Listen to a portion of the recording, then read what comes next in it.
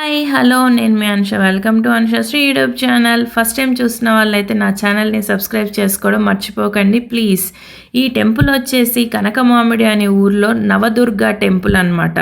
ఇది ఎలా అంటే హైదరాబాద్ టు వికారాబాద్ వెళ్ళే రూట్లో పరిగికి దగ్గరలో ఇది రైట్ సైడ్లో ఉంటుంది. కనకమామిడి రోడ్ మీదనే ఈ నేమ్ అనేది కనిపిస్తూ ఉంటుందండి.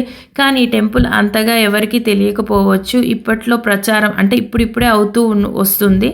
సో ఈ టెంపుల్ని అయితే కట్టిన వాళ్ళైతే వారణాసికి దగ్గరలో ఉన్న ఊరి నుంచి ఇక్కడ హైదరాబాద్కి షిఫ్ట్ అయిన ఒక నార్త్ ఇండియన్ అతను అమ్మవారి మీద ప్రేమతో ఇలా కట్టడం జరిగింది. మొత్తం నార్త్ ఇండియన్ స్టైల్లోనే ఉంటుంది. ఇలా చెట్లు పక్కన అన్ని స్టెప్స్, కొంచెం హైట్లో అమ్మవారి టెంపుల్, పక్కన అన్ని చిన్న చిన్న గార్డెన్ లాగా, చుట్టూరా ప్రశాంత వాతావరణం, అలా అన్నీ నీట్గా అరేంజ్ చేసి అమ్మవారి ధ్యానంలో ఒక స్పెషాలిటీ ఉండాలని ఇందులో నవదుర్గ అని పేరు పెట్టేసి అమ్మవారికి లోపల 9 మాతలుగా పెట్టేసి వీటిని అన్నిటినీ పాలిస్తూ అంటే ప్రపంచాన్ని ఏలుతున్న దశావతార మాతగా ఉన్న దుర్గగా పెట్టారు, దుర్గాదేవి. సో ఇక్కడైతే మాతలు వచ్చేసి మాత శైలపుత్రీదేవి అని, మాత బ్రహ్మచారిణీదేవి అని, మాత చంద్రఘట్టాదేవి అని, మాత కుష్మండాదేవి అని, మాత స్కందాదేవి అని, మాత కాత్యాయనీదేవి అని,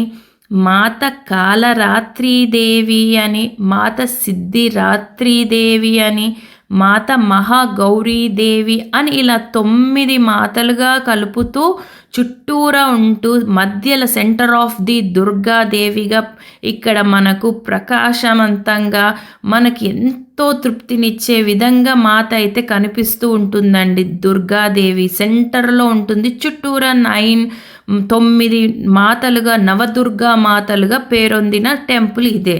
సో ఎవరైనా ఇక్కడికి వెళ్ళారంటే చాలా చక్కగా ప్రశాంతంగా అంత దర్శనం చేసుకోవచ్చు.